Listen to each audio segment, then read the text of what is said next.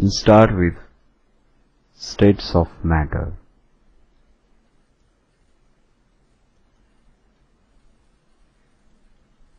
Well, we consider basically three states of matter: solid, liquid, and gas. Of course, two more states of matters are also included, but at present let us talk about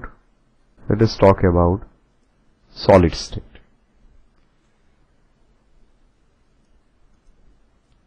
There are total three physical states: solid, liquid, and gas. But nowadays we consider plasma as well as Bose-Einstein's condensate as a state of matter. So at present we can say that we have total 5 physical states. Now what is plasma? Well, you can see solid, which is having definite arrangement, which can be converted to liquid by heating. If you heat further, then liquid can be converted to gas, and on further heating gas, it is possible to get plasma state. Plasma is a state. In fact, in Greek, plasma means anything formed. And when you heat gas, a gas molecules which will be converted to ionized ions, ionized gas, and this ionized gas along with electron is known as plasma state. Here you can see a positive charge ion as well as electrons. So all are existing in one state is known as plasma state. Properties of plasma: like gas, they have no shape and they have no definite volume. And unlike gas, under the influence of magnetic field, it may form structures such as filament, beams, and double layers. An example of plasma states are neon bulbs, stars, plasma TV, rocket exhaust, and lightning.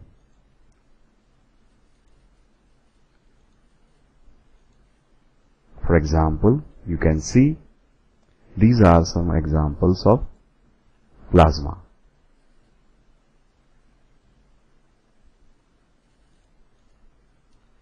Bose-Einstein condensate. In Bose-Einstein condensate, BEC, which is called BEC, Bose-Einstein condensate, is a state of matter of dilute gas of bosons cooled to temperature very near absolute zero. Now, what is boson? Bose-Einstein statistics, which describes the statistical distribution of identical particles with integer spin, now known as bosons. Bosonic particles, which include the photon as well as atoms such as helium, are allowed to share quantum state with each other. On cooling, bosonic atoms to a very low temperature would cause them to fall into the lowest accessible quantum state. Fritz London proposed the Bose-Einstein condensate as a mechanism for superfluidity in helium-4 and superconductivity also. When rubidium-87, about 2000 atoms, are cooled to 170 nanokelvin temperature, then it produces Bose-Einstein condensate. To obtain such low temperature, combination of laser cooling and magnetic evaporating cooling methods are used. This was discovered by Bose and Einstein, so it is called Bose-Einstein condensate. And this is an example of Bose-Einstein condensate, rubidium-87. Now we will focus solid state. solid. This can be categorized into two forms, as crystalline and amorphous. All solids have definite shape, they have definite volume, they have no fluidity. And now types of solids I told you that it is crystalline solid and amorphous solid. Crystalline solid and amorphous solid. Let us see this. Crystalline and amorphous solids. There are two main classes of solids, namely crystalline and amorphous. Click on the links provided to know more.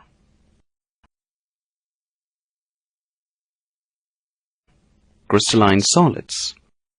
Observe the structure of the solids displayed on the screen. You can easily trace the regular repetitive pattern of the atoms or the molecules or ions. These types of solids are called crystalline solids. The crystalline solids have symmetrical shapes, flat, smooth and plane faces which meet at a characteristic angle. Crystalline solids are classified as single crystals and polycrystalline crystals. If the periodicity of the pattern is extended throughout the volume of the solid, then the solid is a single crystal. In a polycrystalline crystal, the periodicity of the pattern is interrupted at the boundaries. Crystalline solids have sharp melting point. All bonds have same strength in the case of crystals. Diamond, rock salt, mica and sugar belong to this category. Amorphous solids. Like liquids, the atoms and the molecules of amorphous solids are not arranged in an orderly manner. But the difference between an amorphous solid and a liquid is that the atoms are rigidly fixed and they are not free to move as in liquids. Classes an amorphous solid. Now how can you convert amorphous solid into crystalline solid?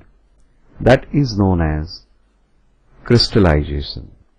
For example, here you can see it is amorphous potassium chromate K2CrO4. This looks like a powder and it is called amorphous solid. Now when you want to prepare crystals from amorphous solid, it is possible.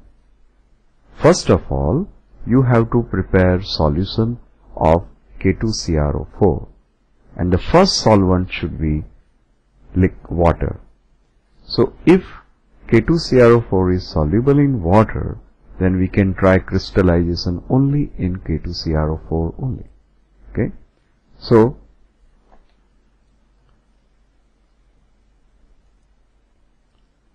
first of all, in a test tube, take K2SCrO4. This is K2CrO4.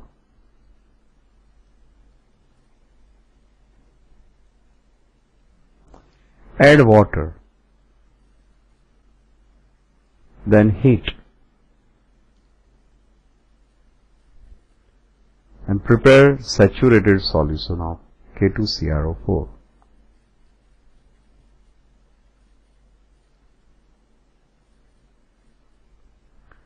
So you will get saturated solution of K2CrO4. And the color of the solution will be yellow.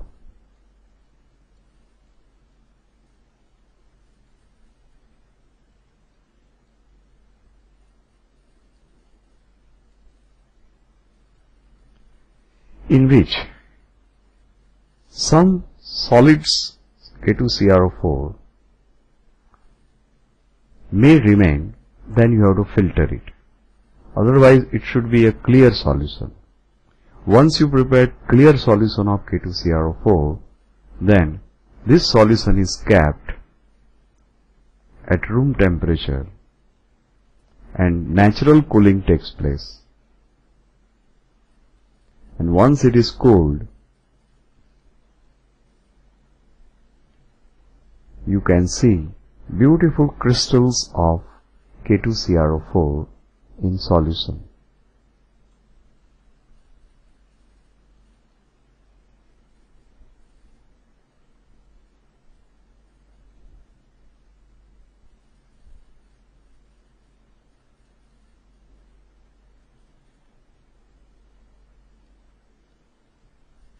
So these are the crystals of K2CrO4.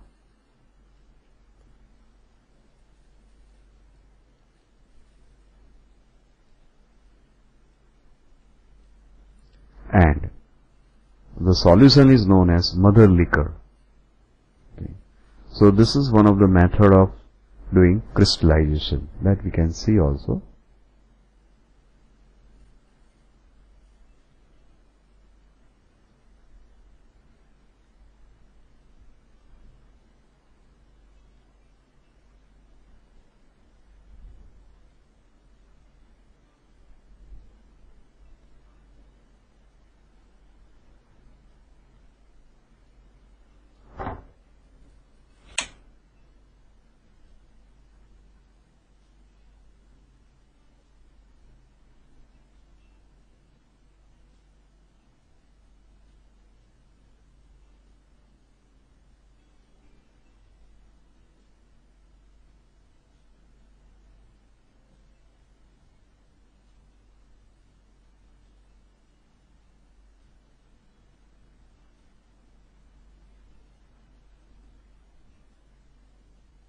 So this is the difference between crystalline solid and amorphous solid.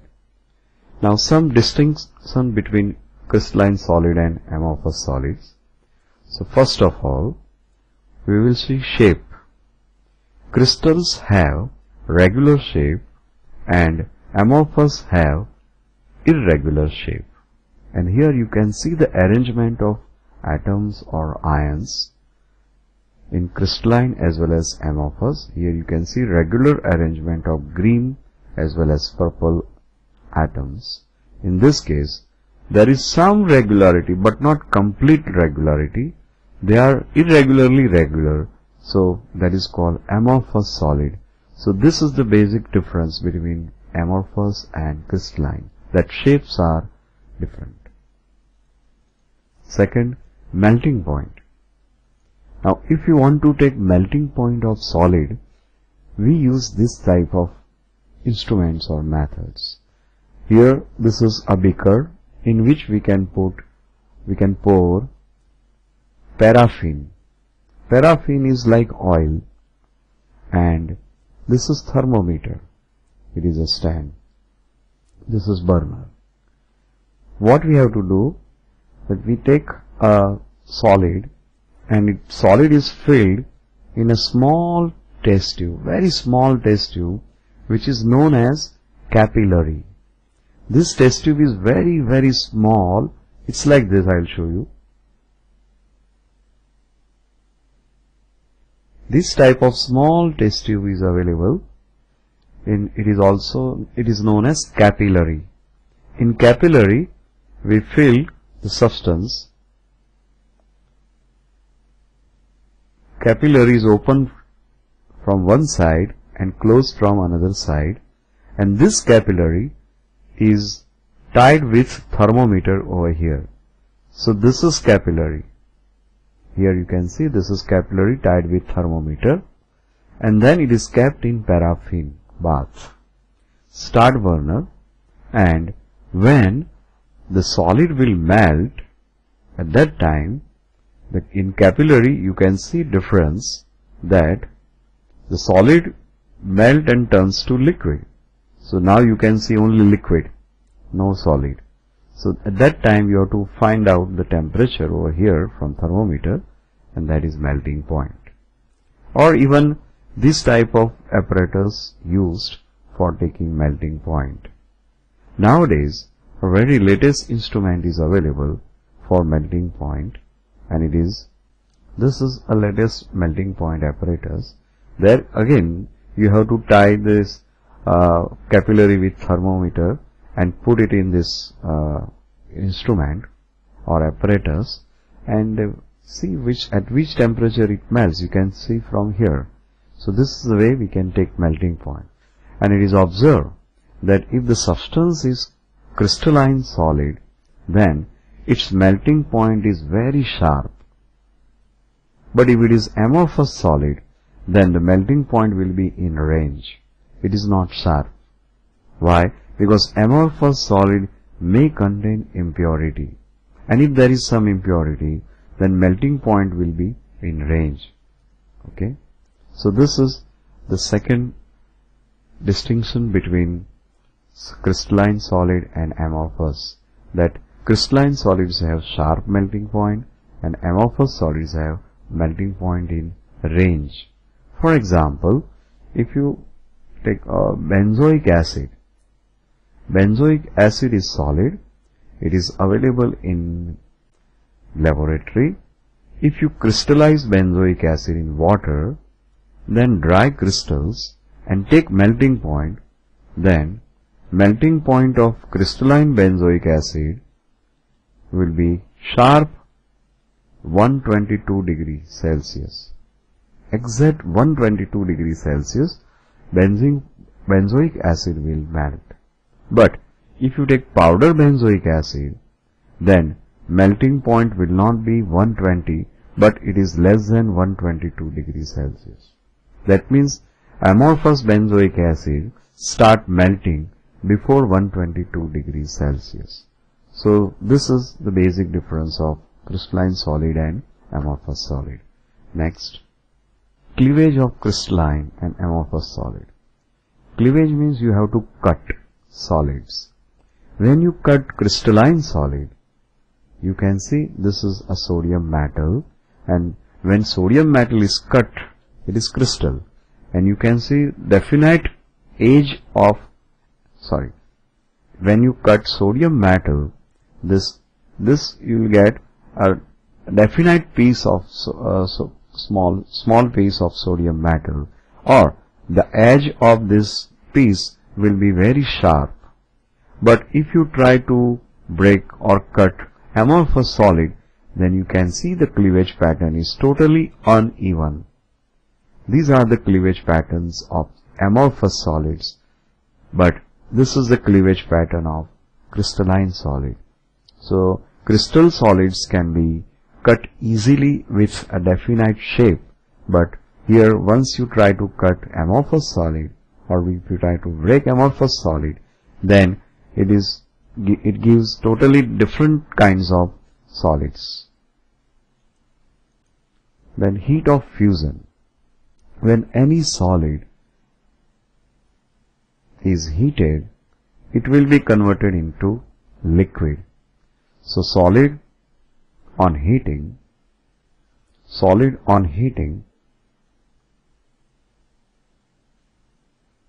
gives liquid. This is endothermic reaction. It is called fusion reaction. And for fusion reaction, energy is required. That energy is known as heat of fusion. And heat of fusion is always positive. So, if we take crystalline solid, it has the definite and order arrangement extends over a large distance in a crystalline solid and is known as long range order. The definite and order arrangement extends over a large distance in a crystalline solids and is known as long range order. The atoms in a crystal are fixed within a definite set of surfaces. Therefore, crystals have definite heat of fusion. But in case of amorphous, they have no definite and order arrangement, and that is why it is not possible to have a definite heat of fusion. So heat of fusion of amorphous will be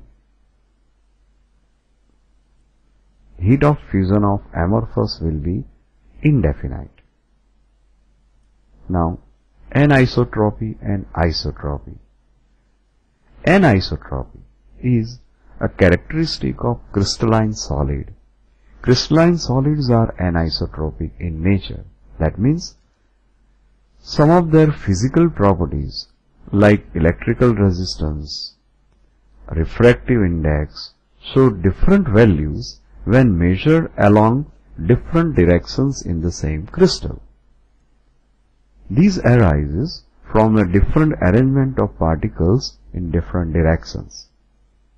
Why? Suppose this is the arrangement of atoms or ions in crystal. All kinds of atoms or ions will be having definite arrangement. You can see all blue balls are arranged, then red circles are arranged. So there will be regular arrangement of ions or atoms. Well, if you take a cross section vertically or diagonally, then in both the cases the arrangement appear different. Here on vertical cross section, you can see only circles are coming on the line, and on the diagonal cross section you can see alternately circles and balls are coming on this line. That means though overall arrangement of atoms or ions in crystal is very much regular, but if you cut them in from different directions, or if you take a cross section from different directions, then we can see the arrangement is totally different, and that is why they show different electrical conductance or different refractive index, because they have different directions they shows different electrical resistance or refractive index. Why? Because that is why crystalline solids are anisotropic in nature. That means some physical properties like electrical conductance or resistance or refractive index show different values when measured along different directions. So anisotropy in crystal is due to different arrangement of particles along with different directions. In case of amorphous solid, there will be irregular arrangement, or there may be regular arrangement up to short range, and therefore if you take cross section of amorphous solid, then there may be some regular arrangements up to certain extent. That is why in amorphous solid there is no anisotropy. So amorphous solids are having isotropy. So amorphous solids are isotropic in nature. Now classification of solid on the basis of type of chemical bond. First of all, we will see molecular solids. Molecular solids are also known as covalent solids, molecular solids are of three types. So we will take one by one. First of all, non-polar molecular solids. Non-polar molecular solids having dispersion force or London force among molecules. Examples are argon, carbon tetrachloride, hydrogen, iodine, and carbon dioxide. They are physically soft in nature and they cannot conduct electric current. Therefore, they are insulators, and their melting points will be very, very low. Therefore, at normal temperature, these compounds available in the form of liquid or gas. Well, some compounds or like iodine appear in solid state also, but in majority case we found gaseous state or liquid state at normal temperature, and these are known as non-polar molecular solids. Why? Because they have no polarity. In some cases like carbon tetrachloride and carbon dioxide, the bond may be polar.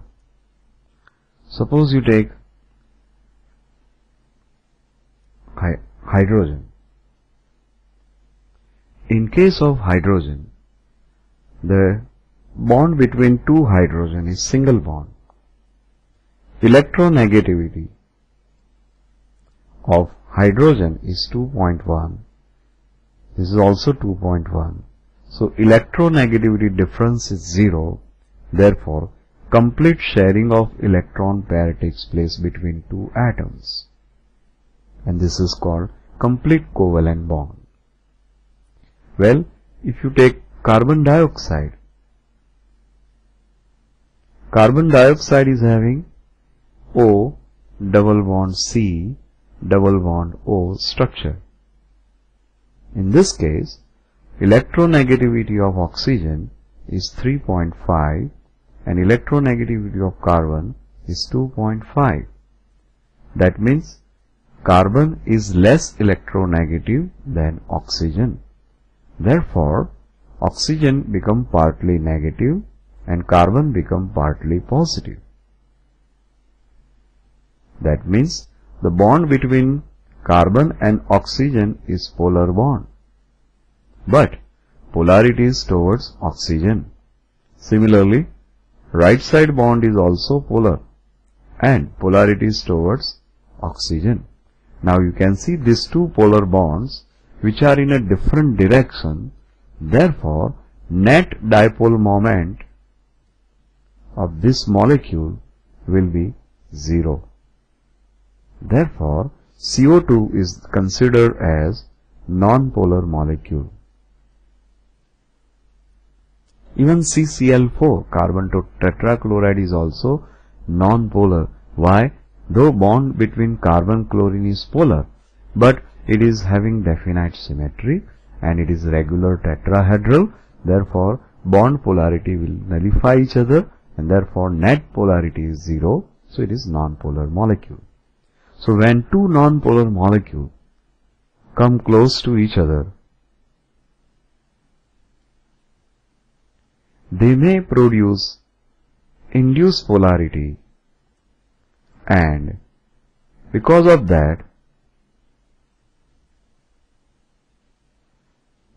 one of these molecules become partly positive and partly negative, which will make the another one also positive and negative. Electron density on one side and proton appear on other side. So this is called induced dipole moment or London force. So this type of force is appearing in case of such molecules. Therefore, they are non-polar molecules, non-polar molecular solids. So the first one is non-polar molecular solid. They have dispersion or London force, and these are the examples. They are soft in physical nature, insulated because they cannot conduct electricity, and melting point is very, very low. Second one is polar molecular solid. In case of polar molecular solid, molecule is already polar. That means one part will be positive and another part is negative. Therefore, there will be dipole-dipole interaction. And due to dipole-dipole interaction, these molecules have more force of attraction for others. Examples: HCl and SO2, hydrochloric acid or hydrogen chloride and sulfur dioxide. These two are examples of polar molecules. They are soft physically and they cannot conduct electricity. Therefore, they are insulators. Their melting point will be low. So, at normal temperature, HCl and SO2 is available in gaseous state. Both are in gaseous state. There are some polar molecular substances which are available in liquid state also. Next is molecular solid having hydrogen bond. There will be hydrogen bond between atoms, and the best example is H2O. I am sure you must be knowing what is hydrogen bond, but let us once again refer this.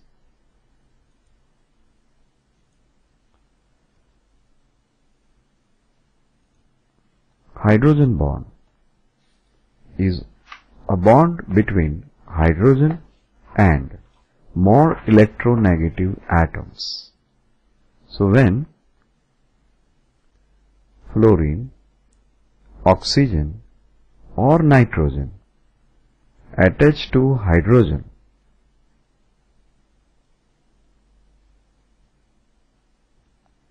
okay, see, hydrogen can form only single bond. So hydrogen attach to either fluorine, oxygen or nitrogen, then hydrogen is partly positive and these atoms are negative. Electronegativity of fluorine is 4, oxygen 3.5, nitrogen 3.0. These three atoms are highest electronegative atom. So they will grab electrons of hydrogen and therefore bonding electron pair remain towards fluorine, oxygen or nitrogen, which makes hydrogen highly positive. So hydrogen is therefore the bond between hydrogen fluorine, hydrogen oxygen and hydrogen nitrogen is polar bond.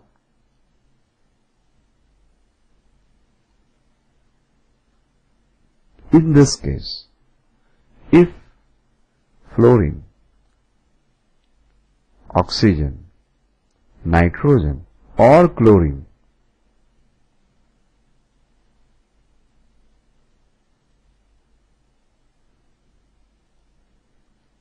which has at least one lone pair of electron, this is called lone pair of electron.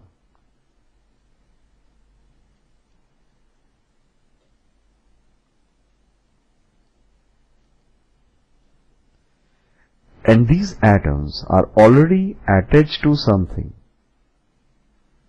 maybe another molecule or maybe the same molecule, but these atoms are not having direct bonding with this hydrogen. In this condition, this positive hydrogen, which is already attached to fluorine, oxygen or nitrogen, attract lone pair of these elements.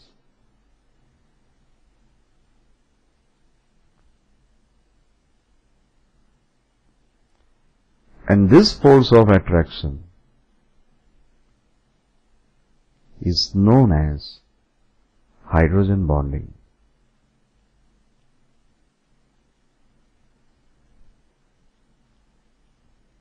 It is called hydrogen bond. Okay. So hydrogen bond is possible only in certain cases. The first condition is that this hydrogen should attach to fluorine, oxygen or nitrogen. Second condition, this positive hydrogen can attract lone pair of electron of only fluorine, oxygen, nitrogen or chlorine of another molecule or the same molecule. And this is called hydrogen bond. So now we have a new kind of molecular solid which we call molecular solid having hydrogen bond. And the best example is H2O, and it is ice.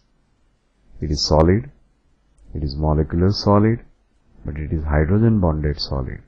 It is very hard, but it cannot conduct electric current, therefore it is insulator, and melting point is low. Okay, so we have total 3 types of molecular solids: non-polar, polar and hydrogen bonded solids. Now ionic solid. Ionic solid, you know NaCl very well. In ionic solid you will find ions. Ions attract each other, mostly positive and negative. There is always Coulombic force of attraction or electrostatic force of attraction between oppositely charged ions. Examples: NaCl, magnesium oxide, zinc sulfide, calcium fluoride and so many. These ionic compounds are very hard but brittle. Brittle means if you apply force, they will produce powder. Okay, you can break them easily. That is why they are called brittle. But at the same time they are hard also. And they cannot conduct electric current in solid state. So they are known as insulator in solid state. But if you melt them, then ionic bond breaks. We have free ions in liquid state and therefore they can conduct electric current. Even in aqueous solution, ions are free and therefore aqueous solution is also a good conductor of electric current. So, molten state and in aqueous solution, these substances can conduct electricity. Well, melting point is very, very high. Why? Because the bond is ionic bond. And ionic bond is the strongest bond. That's why. Next is metallic solid. In metallic solid, you will find metals. You have seen metals. In metals, there is only metal atoms. And the bond between metal atom is called metallic bond. And you know that in metallic bond, there will be a layer of positive ion. On top of it, there will be a layer of electrons. This layer of electron is known as electron sea. It's ocean of electron. And here electrons are totally free. And so they are called delocalized electrons. And that bond between flow of a delocalized electron and positive kernel is called metallic bond. It is very strong bond. Examples Fe, copper, silver, Mg and so many. They are hard but malleable and ductile. You know what is malleable and ductile. Okay? You can increase length, you can increase or decrease width. So that is called malleability and ductility. They are conductors in solid state also. Of course, they conduct electricity in molten state. And their melting points are comparatively high. So they appear in solid state. Well, some metals are in liquid state also. And that is because of very weak metallic bond in that metal, particularly mercury. Okay, so the mercury is in liquid state because its melting point is below 25 degrees Celsius. And that is due to very weak metallic bond. Next one is covalent solids or network solids. Well, there are again three types of covalent solids. One we call molecular solids, in which you will find only molecules like phosphorus, sulfur. They are molecular solids but having only covalent bond with definite number of atoms. So they are called covalent solids. In this, constituent particles will be atoms only. The bond is covalent bond. Some more examples.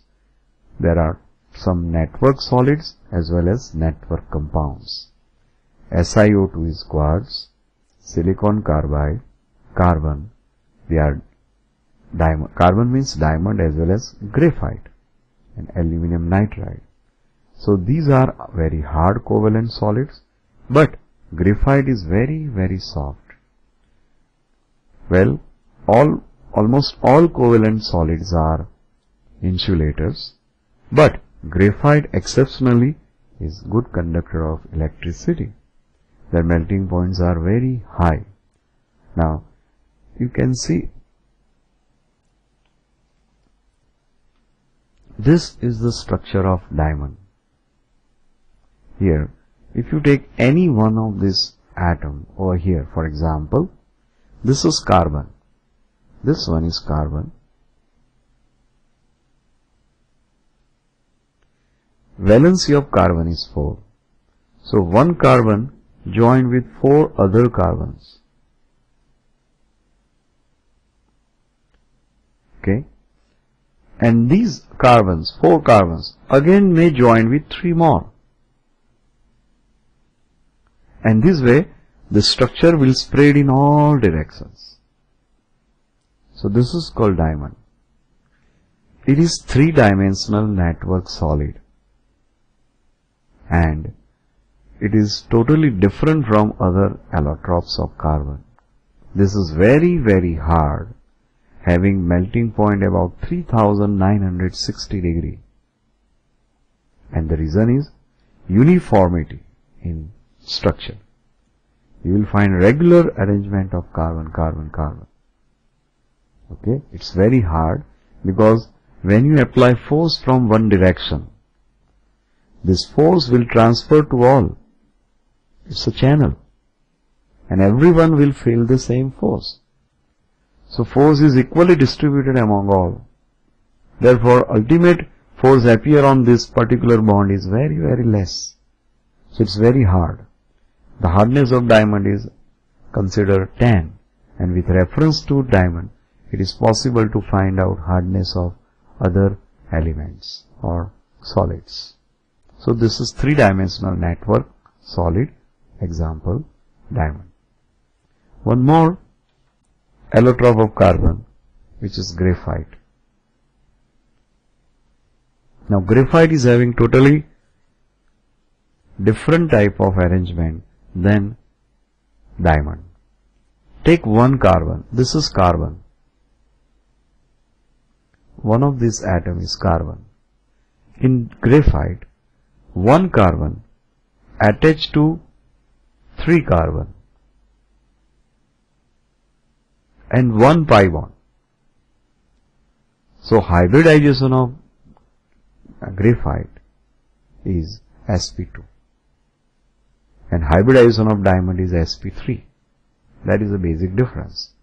So all carbon atoms will be in one plane. There you can see this carbon form a layer, and all atoms will be in one plane.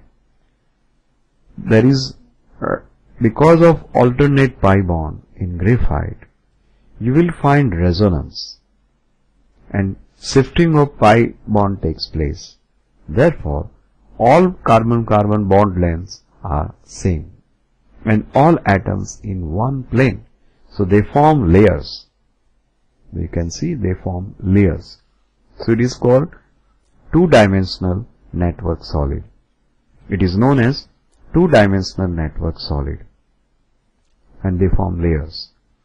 The gap between two layers, this one, is about 3.35 angstrom, and so that there will be weak van der Waals force of attraction among layers.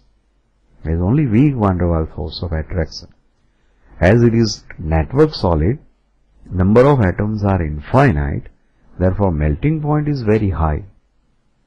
But it is soft. Why is it soft? Because if you press it from one side and try to give force in one direction, then this layer will slide. The upper layer will slide over the below layer, and that is why it is possible to write with the help of graphite.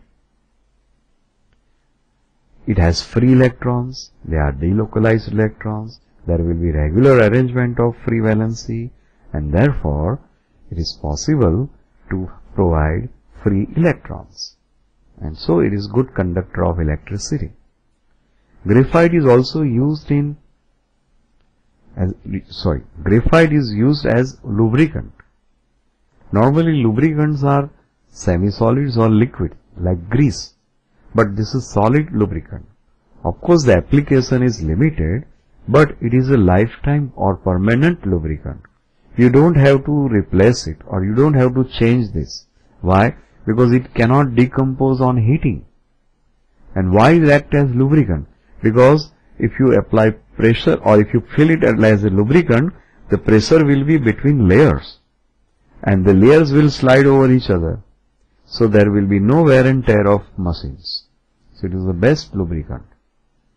So this is graphite, two-dimensional solid.